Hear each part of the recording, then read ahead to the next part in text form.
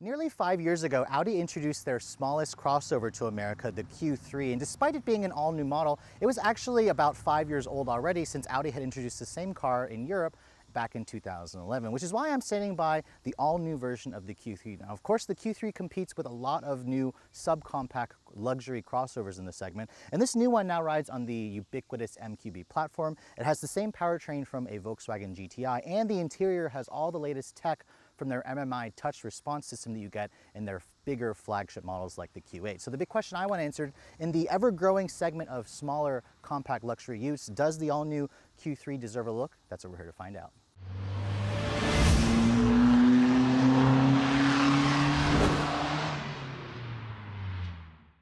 So if you guys remember the design of the first generation Q3, it was somewhat of a very vanilla looking car. In fact, it was so old that you could trace its lineage back to the MarkV Golf. It wasn't even on the MQB platform, whereas this new one is. And you can see the styling of this all new 2019 model goes in a completely different direction. It's still very recognizable as an Audi, but now we see a lot of design influence here from the Q8, which is their flagship crossover vehicle. The front end is dominated by the company's corporate single frame grille. It's got the new hexagonal or octagonal shape, so it has 8 different sides, and it has these chrome vertical slats to kind of accentuate how big the grille is for this car. It has a lot of influence again from the Q8 and the e-tron. I think it actually really works even on this smallest Audi. I also really like the standard full LED headlights with LED daytime running lights. This one here, being the Prestige model, has kind of like an upgraded LED where it has a new signature light design. There are no fog lights. This one also has an S-Line sport package that kind of gives you a deeper front air intake in the front fascia.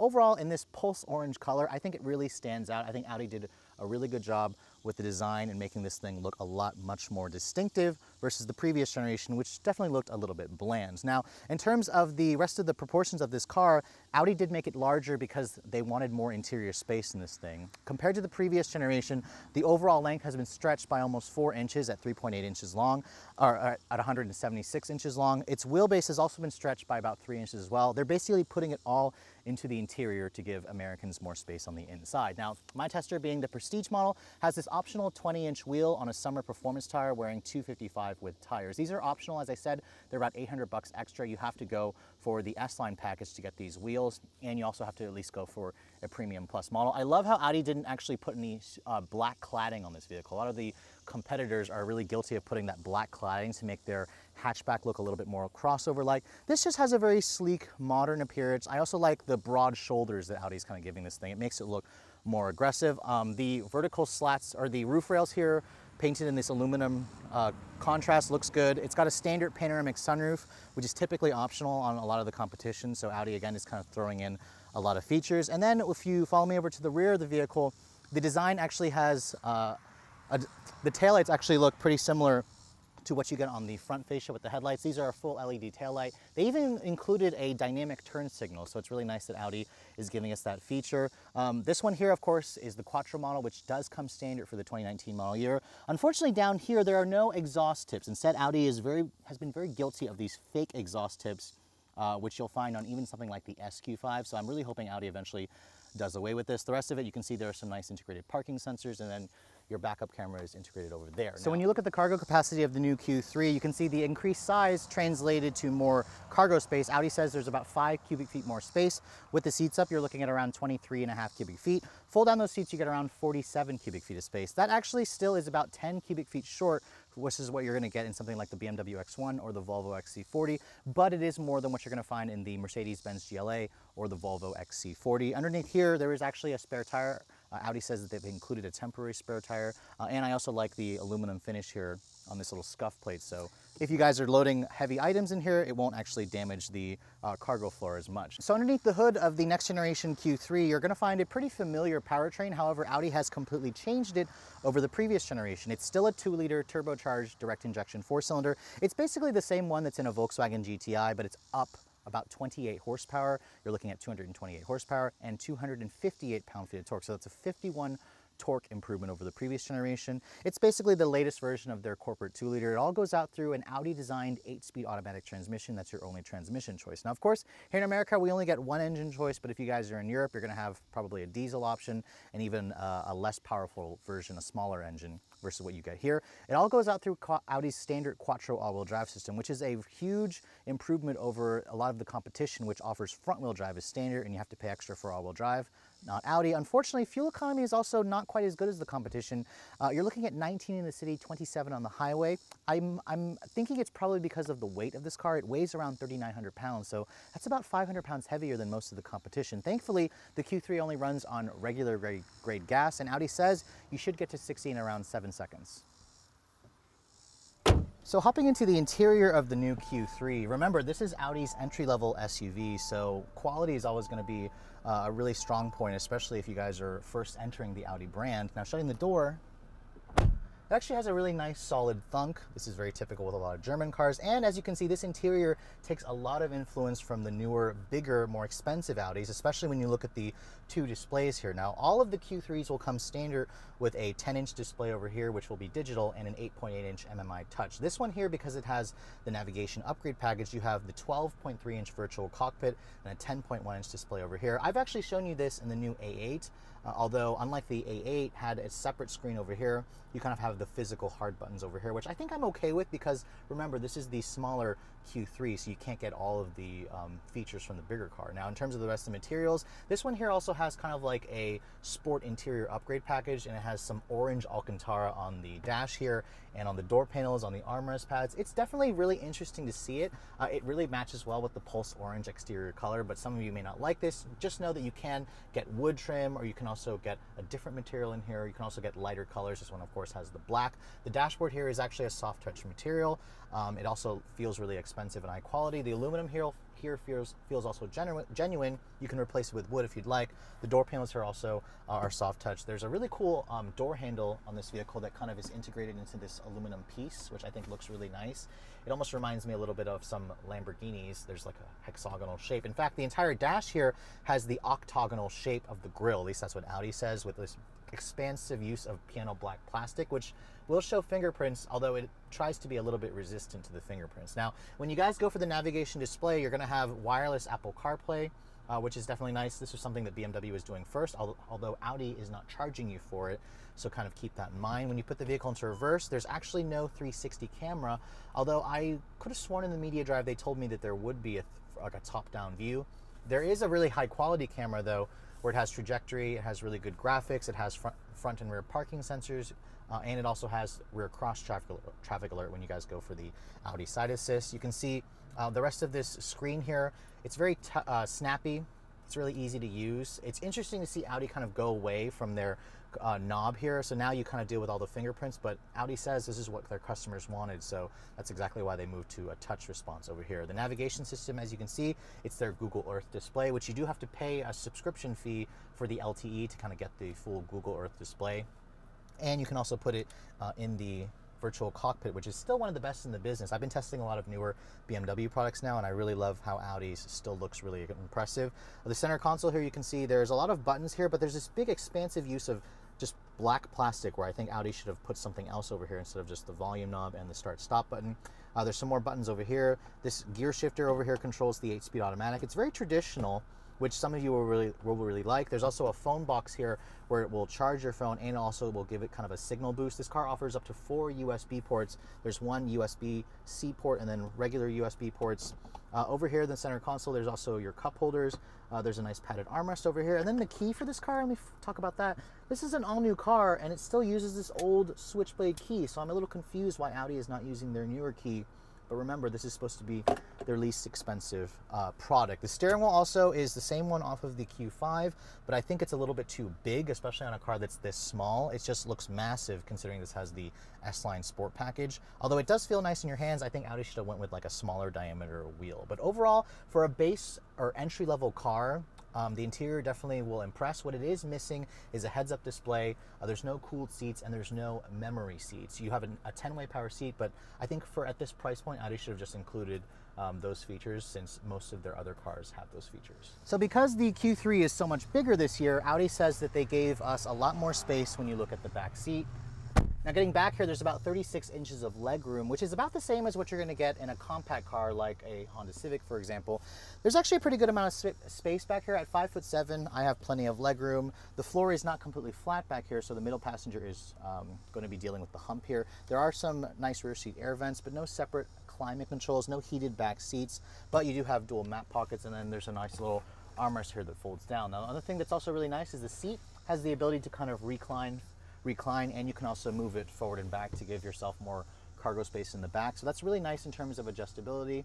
The materials are also soft touch. It's the same stuff from the front seat. So in the back seat of the new Q3, I have to say it's pretty class competitive, but if you guys are looking for more space, you might want to also consider the Q5. So as you can see, we're finally driving the all new Q3, and I've got my drive partner here, Clint from Motor One. Say hi, Clint. So we're going to be talking about all the changes that Audi has made to this car, and they were pretty much going on and on about how this is such a huge revolutionary change from the old one, and I would have to agree with the exterior styling. I mean, it definitely looks like a mini Q8 for me. I think it looks really good. I think that they've gone a really good direction with the platform. The engine is also a really big improvement because we have almost 30 more horsepower and 51 more foot-pounds of torque. Yeah, the torque figure especially. Yeah, so basically you put it into sport, then you floor it, and it's very good. It's very nice. This is the same engine in the GTI. Again, it's not gonna really blow your mind away with power. Like, this is definitely not a GTI in the way it drives, but that's kind of okay because it's not a GTI. It kind of just drives like a smaller Q5, would you say? Yeah, it's very docile. 0 to 60 in 7 seconds? They said 7 seconds. 7 seconds. Yeah. So, I mean, yeah, that's nothing too crazy. Oh, you're gonna go for it? Yes, well, there's nobody behind us, and I really want to see what it's like, so I'll just... Prepare to be underwhelmed. Okay. Yeah. But, I mean, it's very smooth, though. The engine is really smooth and free revving. It's got an Audi designed 8-speed auto, so it's not the ZF transmission, right? Like in some of the competition, and I think we're gonna go left here. But honestly, it's fine. I mean, they said 7 seconds. I think it's fine. It's a 1.2 second improvement over the old one, which, let's be honest, the old one felt like a MarkV Golf. Right. Like when the last one I drove 4 years ago almost, it just felt very, very old. But what you're comparing it to, the other things in this segment, none of them are rocket ships either. So no. I think the acceleration's just fine. Yeah, this is pretty much comparable with the Mercedes GLA. It's slower than the X1, I will say that, and the XC40, the T5 is faster slightly, but I do like the way this engine sounds more than the Volvo's. The Volvo's engine just doesn't really make anything in terms of noise. This is way better than the Lexus's base 2-liter. I was going to say your favorite, the UX. This is yeah, much better. It's I mean, much more composed. I get it. The UX is probably going to be more reliable. It's going to have less maintenance issues, but it only has 169 horsepower in a car that is wearing a Lexus badge. It's over $30,000. A turbo is required, and Audi got the powertrain right. Mm-hmm. Now, we did ask Audi if they were going to do an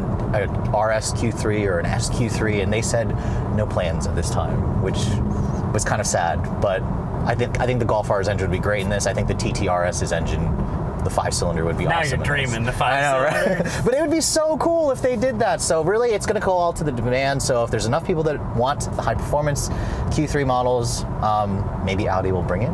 It wouldn't surprise me if they eventually did at least an SQ3 version. But your point's totally right. The Golf R engine would fit just fine. It would be lovely because I just drove a Golf R. It was a pink one for last month, and I actually really enjoyed it with the manual.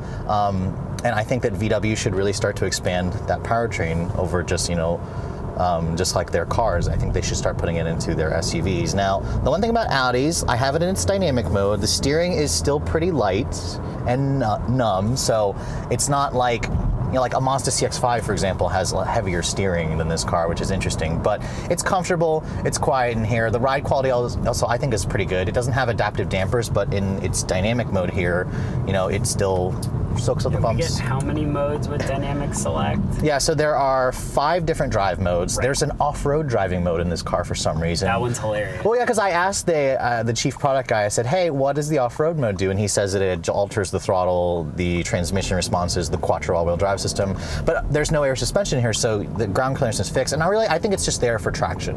That's really. They kept using the word optimize. It optimizes the all-wheel drive for off-road use. Right, because nobody's gonna take this thing off-road.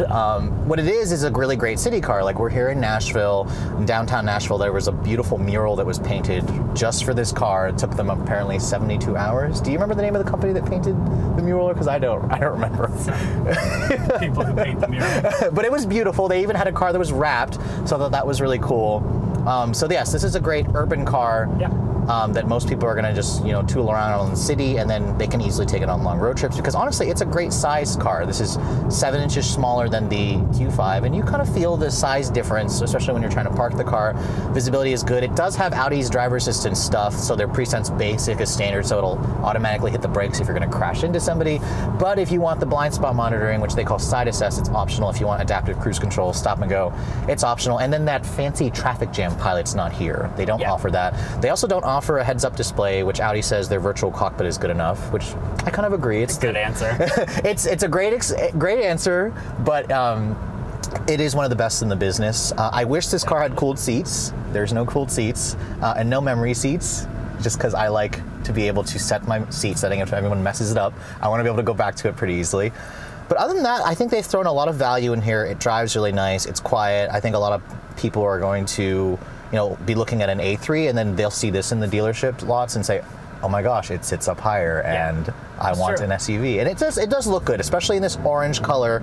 I think they called it Pulse Orange. The Turbo Blue is probably more my favorite.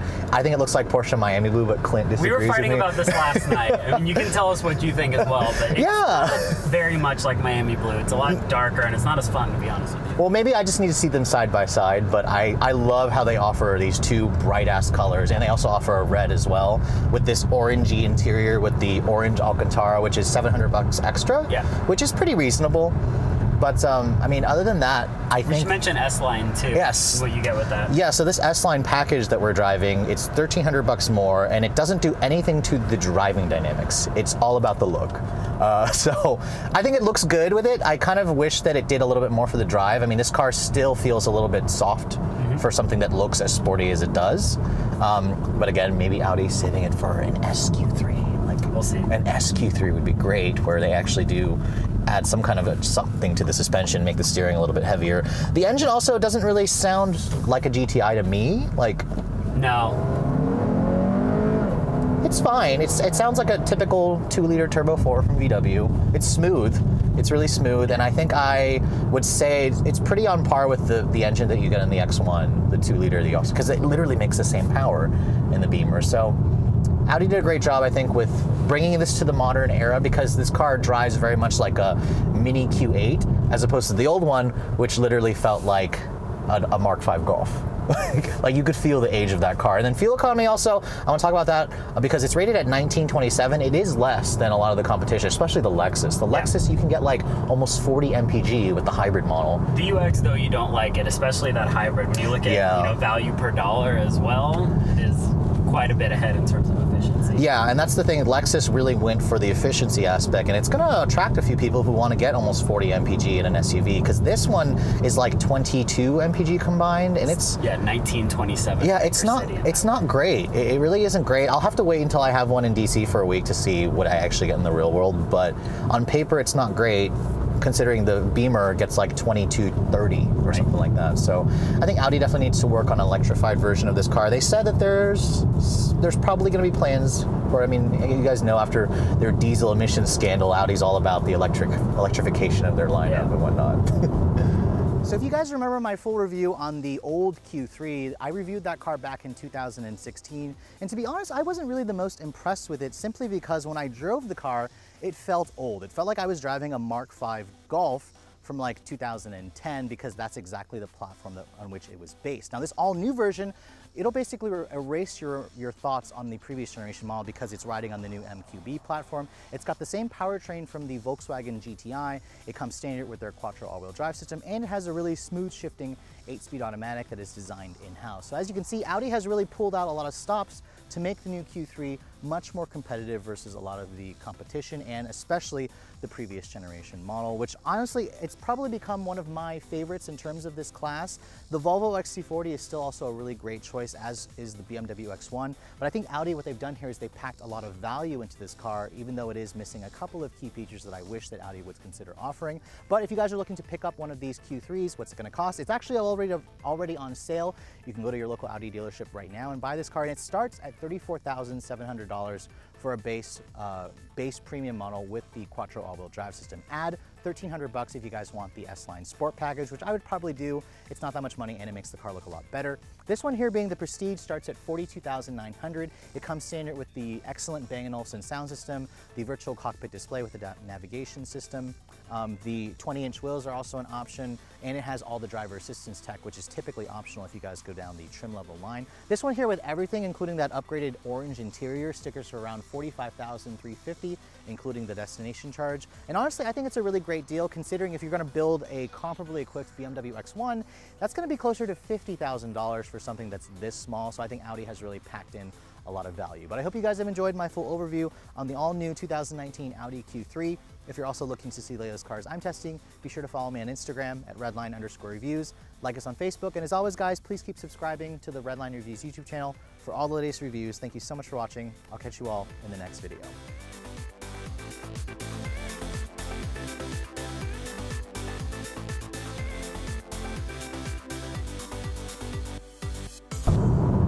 Okay. Thanks for joining us, Clint. Bye, everybody.